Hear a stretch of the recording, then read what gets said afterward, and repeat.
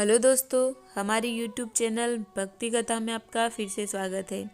आज मैं आपके लिए लेके आई हूँ होली की कथा, भक्त प्रहलाद और भगवान नरसिंह की संपूर्ण कथा।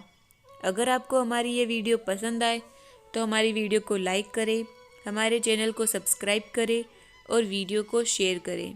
आइए शुरू करते हैं। सतयुग में ऋषि कश्यप के दो पुत्र थे, हिरण्याक्ष और हिरण्यकश्यप। हिरण्याक्ष भगवान ब्रह्मा से मिले वरदान की वजह से बहुत अहंकारी हो गया था। अपनी शक्ति का प्रदर्शन करने के लिए वह पृथ्वी को साथ लेकर पाताल में भगवान विष्णु की खोज में चला गया।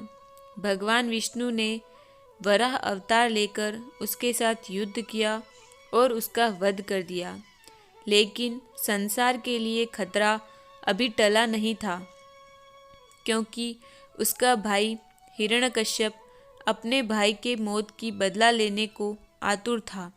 उसने देवताओं से बदला लेने के लिए अपनी असुरों की सेना के साथ देवताओं पर आक्रमण कर दिया। हिरण्यकश्यप देवताओं से लड़ता, लेकिन हर बार भगवान विष्णु उनकी मदद कर देते। हिरण्यकश्यप ने सोचा, अगर मुझे विष्णु को हराना है तो मुझे अपनी रक्षा के लिए एक वरदान की आवश्यकता है, क्योंकि मैं जब भी देवताओं और मनुष्यों पर आक्रमण करता हूँ, विष्णु मेरी सारी योजना तबाह कर देता है। उससे लड़ने के लिए मुझे और शक्तिशाली बनना पड़ेगा। अपने दिमाग में ऐसे विचार लेकर वो वन की तरफ निकल पड़ता है और भगवान ब्रह्मा की तपस्या में लीन हो जाता है। वो काफ़ी लंबे समय तक तपस्या में इसलिए रहना चाहता था ताकि वो भगवान ब्रह्मा से अमर होने का वरदान मांग सके। इस दौरान वो अपने और अपने समाज के बारे में भूलकर कठोर तपस्या में लग जाता है। इस दौरान इंद्रदेव को ये ज्ञात होता है कि हिरण्यकश्यप असुरों का नेतृत्व नहीं कर रहा है। इंद्रदेव सोचते हैं कि यदि इस समय असुरों को समाप्त कर दिया जाए तो फिर कभी वो आक्रमण नहीं कर पाएंगे। हिरण्यकश्यप के बिना असुरों की शक्ति आधी है। अगर इस समय इनको खत्म कर दिया जाए तो हिरण्यकश्यप के लौटने पर उसका आदेश मानने वाला कोई शेष नहीं रहेगा। ये सोचते हुए इंद्र अपने दूसरे देवों के साथ असुरों के साम्राज्य पर आक्रमण कर देते हैं। इंद्रदेव की अपेक्षा के अनुरूप हिरण्यकश्यप के बिना असुर मुकाबले में कमज़ोर पड़ गए और युद्ध में हार गए। इंद्रदेव ने असुरों के कई समूहों को समाप्त कर दिया। हिरण्यकश्यप की राजधानी को तबाह कर इंद्रदेव ने हिरण्यकश्यप के महल में प्रवेश किया, जहां उनको हिरण्यकश्यप की पत्नी कयाधु नजर आई। इंद्रदेव ने हिरण्यकश्यप की पत्नी कयाधु को बंदी बना लिया ताकि भविष्य में हिरण्यकश्यप के लौटने पर उसके बंधक होने का उपयोग कर पाए। इंद्रदेव जैसे ही कयाधु को इंद्रलोक लेकर जाने लगे, महर्षि नारद प्रकट हुए और उसी समय इंद्र को कहा, इंद्रदेव रुक जाओ, आप ये क्या कर रहे हो? महर्षि नारद इंद्रदेव द्वारा कयाधु को अपने रथ में ले जाते देख क्रोधित हो गए। इंद्रदेव ने नतमस्तक होकर महर्षि नारद से कहा, हे महर्षि, मैंने हिरण्यकश्यप के नेतृत्व के न होने के कारण असुरों पर आक्रमण किया है और मेरा मानना है कि असुरों के आतंक को समाप्त करने का यही समय है। वहाँ के विनाश को देखकर महर्षि नारद ने क्रोधित स्वर में कहा, हाँ, ये सत्य है, मैं देख सकता हूँ, लेकिन ये औरत इसमें कहाँ से आई? क्या इसने तुमसे युद्ध किया? मुझे ऐसा नहीं लग रहा है कि इसने तुम्हारे विरुद्ध कोई शस्त्र उठाया है, फिर तुम उसको क्यों चोट पहुँचा रहे हो? इंद्रदेव ने महर्षि नारद की तरफ देखते हुए जवाब दिया कि वो उसके शत्रु हिरण्यकश्यप की पत्नी है, जिसे वो बंदी बनाकर ले जा रहा है, ताकि हिरण्यकश्यप कभी आक्रमण करे तो वो उसका उपयोग कर सके। महर्षि नारद ने गुस्से में इंद्रदेव से कहा कि केवल युद्ध जीतने के लिए दूसरे की पत्नी का अपहरण करना उचित नहीं और इस निरपराध स्त्री को ले जाना महापाप होगा। इंद्रदेव के पास महर्षि नारद की बातें सुनने के बाद कयाधु को रिहा करने के अलावा कोई विकल्प नहीं था। इंद्रदेव ने कयाधु को छोड़ दिया। कयाधु ने महर्षि नारद को उसका जीवन बचाने के लिए धन्यवाद दिया। महर्षि नारद ने पूछा कि असुरों के विनाश के बाद वो अब कहाँ रहेगी। कयाधु उस समय गर्भवती थी और अपनी संतान की रक्षा के लिए उसने महर्षि नारद से उसकी देखभाल करने की प्रार्थना की। महर्षि नारद उसको अपने घर लेकर चले गए और उसकी देखभाल की। इस दौरान वो कयाधु को विष्णु भगवान की कथाएं भी सुनाया करते थे, जिनको सुनकर कयाधु को भगवान विष्णु से लगाव हो गया था। उसके गर्भ में पल रहे शिशु को भी विष्णु भगवान की कहानियों ने मोहित कर दिया था। समय गुजरता गया। एक दिन स्वर्ग की वायु इतनी गर्म हो गई थी कि सांस लेना मुश्किल हो रहा था। कारण खोजने पर देवों को पता चला कि हिरण्यकश्यप की तपस्या बहुत शक्तिशाली हो गई थी, जिसके तेज ने स्वर्ग को भी गर्म कर दिया था। इस असहनीय गर्मी को देखते हुए देव भगवान ब्रह्मा के पास गए और मदद के लिए कहा। भगवान ब्रह्मा को हिरण्यकश्यप से मिलने के लिए धरती पर प्रकट होना पड़ा।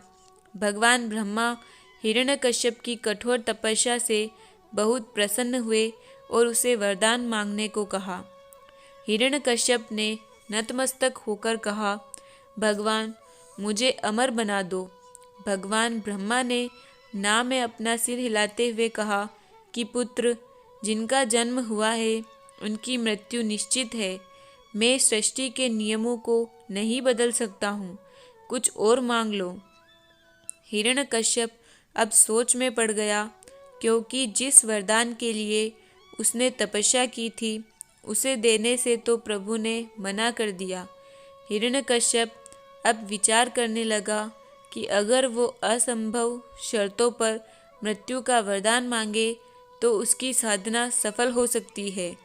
हिरण्यकश्यप ने कुछ देर और सोचते हुए भगवान ब्रह्मा से वरदान मांगा कि प्रभु, मेरी इच्छा है कि ना तो मुझे मनुष्य मार सके और ना ही जानवर, ना मुझे कोई दिन में मार सके ना ही रात्रि में, ना मुझे कोई स्वर्ग में मार सके और ना ही पृथ्वी पर, ना मुझे कोई घर में मार सके और ना ही घर के बाहर, ना कोई मुझे अस्त्र से मार सके और ना कोई शस्त्र से।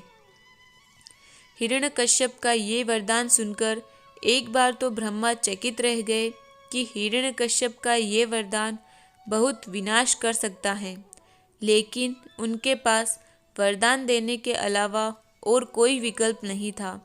भगवान ब्रह्मा ने तथास्तु कहते हुए मांगे हुए वरदान को पूरा होने की बात कही और वरदान देते ही भगवान ब्रह्मा अदृश्य हो गए।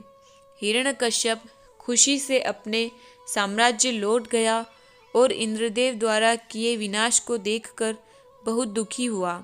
उसने इंद्रदेव से बदला लेने की ठान ली और अपने वरदान के बल पर इंद्रलोक पर आक्रमण कर दिया। इंद्रदेव के पास कोई विकल्प न होते हुए वो सभी देवों के साथ देवलोक चले गए। हिरण्यकश्यप अब इंद्रलोक का राजा बन गया। हिरण्यकश्यप अपनी पत्नी कयाधु को खोजकर घर लेकर आ गया। कयाधु के विरोध करने के बावजूद हिरण्यकश्यप मनुष्यों पर यातना ढाने लगा और उसके खिलाफ आवाज़ उठाने वाला अब कोई नहीं था। कुछ समय बाद कयाधु ने एक पुत्र को जन्म दिया, जिसका नाम प्रहलाद रखा गया।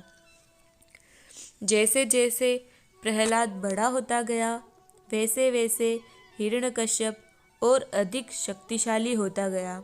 हालांकि प्रहलाद अपने पिता से बिल्कुल अलग था। और किसी भी जीव को नुकसान नहीं पहुंचाता था। वो भगवान विष्णु का परम भक्त था और राज्य की जनता उसके अच्छे व्यवहार की वजह से उससे बहुत प्यार करती थी।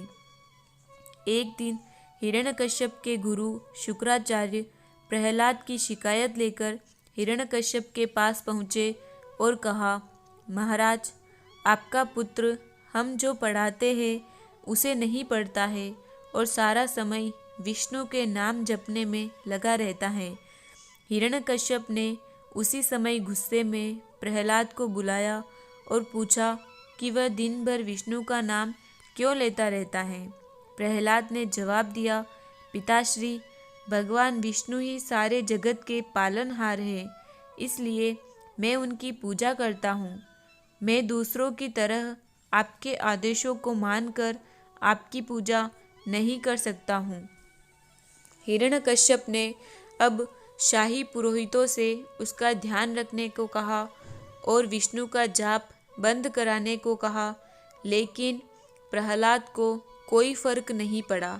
इसके विपरीत गुरुकुल में प्रहलाद दूसरे शिष्यों को भी उसकी तरह भगवान विष्णु की आराधना करने के लिए प्रेरित करने लगा। हिरण्यकश्यप ने परेशान होकर फिर प्रहलाद को बुलाया और पूछा, पुत्र, तुम्हें सबसे प्रिय क्या है? प्रहलाद ने जवाब दिया, मुझे भगवान विष्णु का नाम लेना सबसे प्रिय लगता है। अब हिरण्यकश्यप ने पूछा, इस सृष्टि में सबसे शक्तिमान कौन है? प्रहलाद ने फिर उत्तर दिया, तीनों लोकों के स्वामी और जगत के पालनहार भगवान विष्णु सबसे सर्वशक्तिमान है। अब हिरण्यकश्यप को अपने गुस्से पर काबू नहीं रहा और उसने अपने पहरेदारों से प्रहलाद को विष देने को कहा। प्रहलाद ने विष का प्याला पूरा पी लिया, लेकिन उसकी मृत्यु नहीं हुई। सभी व्यक्ति इस चमत्कार को देखकर अचंभित रह गए। अब हिरण्यकश्यप ने आदेश दिया कि प्रहलाद को बड़ी चट्टान से बांधकर समुद्र में फेंक दो, लेकिन फिर चमत्कार हुआ और रस्सियाँ अपने आप खुल गई। भगवान विष्णु का नाम लेकर वो समुद्र तल से बाहर आ गया।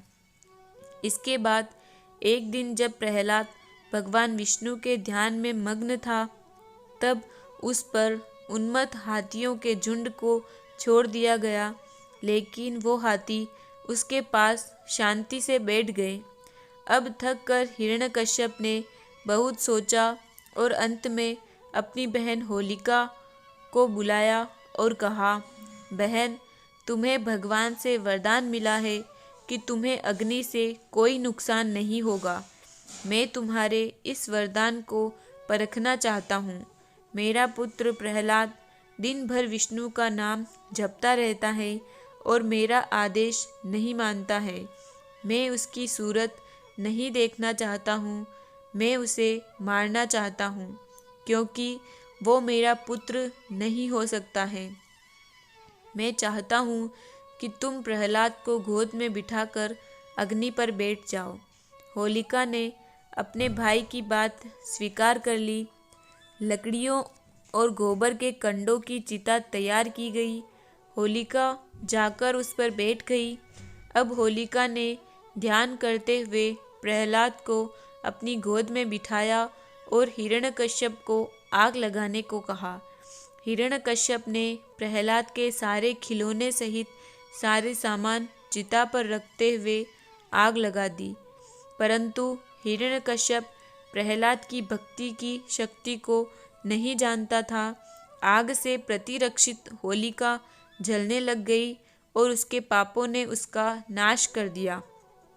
जब आग बुझी तो प्रहलाद उस जली हुई जगह के मध्य अभी भी ध्यान में बैठा हुआ था, जबकि होलिका कहीं भी नजर नहीं आई। प्रहलाद के जीवित बचने की खबर जैसे ही मनुष्यों और देवताओं को मिली, मनुष्यों और देवताओं में खुशी की लहर दौड़ गई। सबने एक दूसरे को रंग लगाकर एक दूसरे को बधाई दी और खुशियाँ मनाई। तभी से हम होली का त्यौहार मनाते हैं। अब हिरण्यकश्यप भी घबरा गया और प्रहलाद को ध्यान से खींचते हुए राजसभा में ले गया और एक स्तंभ की ओर इशारा करते हुए चिल्लाते हुए बोला, तुम कहते हो तुम्हारा विष्णु हर जगह पर है, बताओ अभी विष्णु कहाँ पर है? तो वो पेड़ के पीछे है और मेरे महल में है या इस स्तंभ में है, बताओ। प्रहलाद ने अपने पिता की आंखों में आंखें मिलाकर कहा, हाँ पिताश्री, भगवान विष्णु हर जगह पर है। क्रोधित हिरण्यकश्यप ने अपने गदा से स्तंभ पर प्रहार किया और गुस्से से कहा, तो बताओ वो कहाँ है? हिरण्यकश्यप दंग रह गया यह देखकर कि वह स्तंभ चकनाचूर हो गया और उस स्तंभ से एक क्रूर पशु निकला जिसका मुंह शेर का और शरीर मनुष्य जैसा था। हिरण्यकश्यप उस आधे पशु और आधे मानव को देखकर पीछे हट गया।